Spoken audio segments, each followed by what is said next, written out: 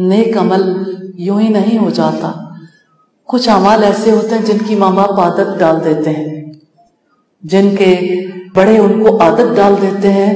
وہ نیک اعمال یوں لگتا ہے کہ یہی نیکی ہے، لیکن عادت اور عبادت میں فرق ہے.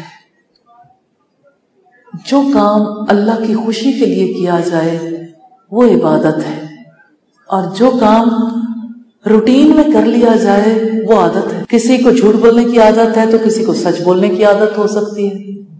جھوٹ پر تو پکڑ ہے، سچ پر اجر اس وقت ملے گا جب اللہ کے حکم کے مطابق اس کی خوشی کے لیے بولا جائے.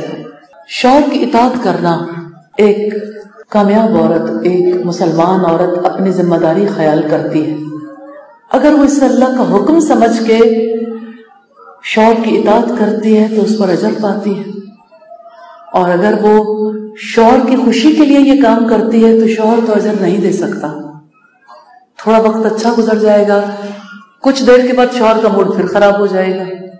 تو اصل بات یہ ہے کہ دنیا میں وہی کام، وہی اعمال انسان کے کام آنے والے ہیں جو اللہ کی خوشی کے لیے کیے جائیں اور محمد رسول اللہ صلی اللہ علیہ وسلم کی اطاعت کے لیے کیے جائیں. کامیاب وہ ہے جو زندگی کا یہ راز جان لیتا ہے.